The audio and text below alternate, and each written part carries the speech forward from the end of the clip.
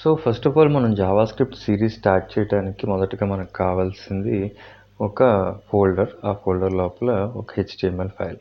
So దానికోసం నేను JavaScript series అనే పేరుతో ఒక ఫోల్డర్ డెస్క్టాప్ మీద క్రియేట్ చేసి ఈ ఫోల్డర్ని విజువల్ స్టూడియో కోడ్ లోపల ఓపెన్ చేశాను. సో నెక్స్ట్ స్టెప్లో మనం index.html అనే ఫైల్ క్రియేట్ చేసి ఈ ఫైల్ లోపల h1 ట్యాగ్స్ మధ్యలో సింపుల్గా ఒక వెల్కమ్ టు జావాస్క్రిప్ట్ అనే ఒక సింపుల్ టెక్స్ట్ రాసి మనం రెండర్ చేస్తే మన అవుట్పుట్ అనేది ఇలా వచ్చింది. సో ఇదంతా HTMLలో మనం కంటెంట్ రాసి వెబ్ పేజ్ మీద డిస్ప్లే చేసే విధానం. ఓకే, సో ఇక్కడ మన పాయింట్ వచ్చి ఇప్పుడు మనం జావాస్క్రిప్ట్ని మన ప్రాజెక్ట్లో ఎలా ఇంప్లిమెంట్ చేయగలం, అంటే ఎలా యాడ్ చేయగలం అనేది ఇక్కడ మెయిన్ పాయింట్. సో దానికోసం మనకు రెండు పద్ధతులు ఉన్నాయి. ఒకటి ఇన్లైన్ జావాస్క్రిప్ట్, రెండవది ఎక్స్టర్నల్ ఫైల్ జావాస్క్రిప్ట్. మనం ఇన్లైన్ కానీ ఇన్ ఫైల్ జావాస్క్రిప్ట్ కానీ ఫస్ట్ మనం ఎలా ఇంప్లిమెంట్ చేయొచ్చు చూద్దాం. సో మన బాడీ ట్యాగ్ ఉంది కదా, ఈ బాడీ ట్యాగ్ ఎగ్జాక్ట్గా ఈ బాడీ ట్యాగ్ పైన మనం స్క్రిప్ట్ ట్యాగ్స్ తీసుకొని script opening tag and closing tag, ఇలా స్క్రిప్ట్ ట్యాగ్స్ మధ్యలో మనం జావాస్క్రిప్ట్ అనేది రాయొచ్చు అనమాట.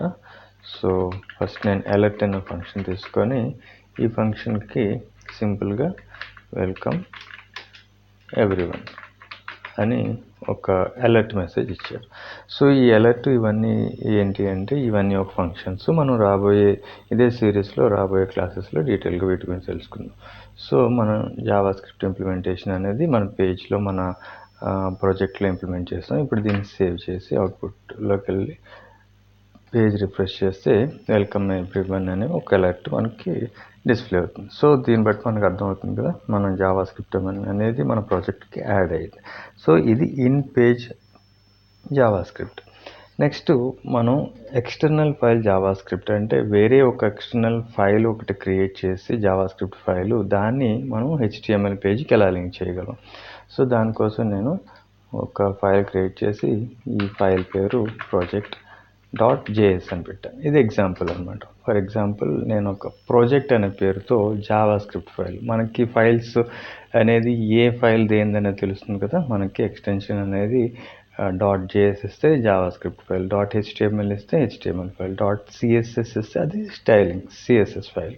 సో ఈ ఎక్స్టెన్షన్స్ ద్వారా మనం ఈ ఫైల్ దేనికి సంబంధించింది అనేది మనం ఈజీగా తెలుసుకోవచ్చు. అలాగే మన ఎక్స్టెన్షన్స్ ఇవ్వడం ద్వారా విజువల్ స్టూడియో కోడ్ కూడా ఈ ఫైల్ ఆ పర్టికులర్ టెక్నాలజీకి సంబంధించిందని కూడా తెలుస్తుంది. సో ఒక జావాస్క్రిప్ట్ ఫైల్ క్రియేట్ చేసి దీని లోపల నేను సేమ్ అలర్ట్ అనే గ్లోబల్ ఫంక్షన్కి హలో ఎవ్రీవన్ అని రాద్దాం.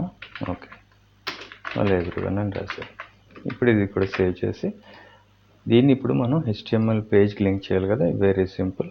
ఈ స్క్రిప్ట్ ట్యాగ్స్ తీసేసి ఫ్రెష్గా ఇంకొక స్క్రిప్ట్ ట్యాగ్ తీసుకోవాలి. ఈ స్క్రిప్ట్ ట్యాగ్కి ఓపెనింగ్ ట్యాగ్ లోపల ఒక src అనే అట్రిబ్యూట్కి పాత్ అనేది, అంటే ఈ project.js అనేది మన JS జావాస్క్రిప్ట్ ఫైల్ పేరు కదా, ఈ పేరుని పాత్కి వేస్తే సరిపోతుంది. So project.js. ఇప్పుడు సేవ్ చేసి మన అవుట్పుట్ కోసం పేజ్ రిఫ్రెష్ చేస్తే చూసారా హలో ఎవ్రీవన్ అనేది మనకి అలర్ట్ మెసేజ్ ఇక్కడ ఫామ్ అయింది. దీన్ని ఓకే చేస్తే ఇప్పుడు మన HTML పేజ్ అనేది రెండర్ అవుతుంది. సో వెరీ సింపుల్ జావాస్క్రిప్ట్ని మనం ప్రాజెక్ట్లో ఇంప్లిమెంట్ చేసుకొని మన జావాస్క్రిప్ట్ వర్క్ చేసుకోవడం అనేది. సో ఇప్పుడు మనం ఈ స్క్రిప్ట్ ట్యాగ్స్ ఉపయోగించి రాస్తున్న ఫంక్షన్స్ అంతా కూడా ఈ పేజ్ మీద ఎగ్జిక్యూట్ అవుతుంది కదా, దీన్ని ఎగ్జిక్యూషన్ ఆఫ్ జావాస్క్రిప్ట్ అంటారు. సో ఎప్పుడైతే మనం జావాస్క్రిప్ట్ వాడతామో దాని అవుట్పుట్ అనేది ఎగ్జిక్యూషన్ అండ్ HTMLని రెండర్ చేసి వెబ్ పేజ్ మీద ఇలా చూపించేదాన్ని రెండరింగ్. ఓకే, సో ఇలా మనం జావాస్క్రిప్ట్ని యాడ్ చేసి మన ప్రాజెక్ట్లో డిస్ప్లే చేయొచ్చు.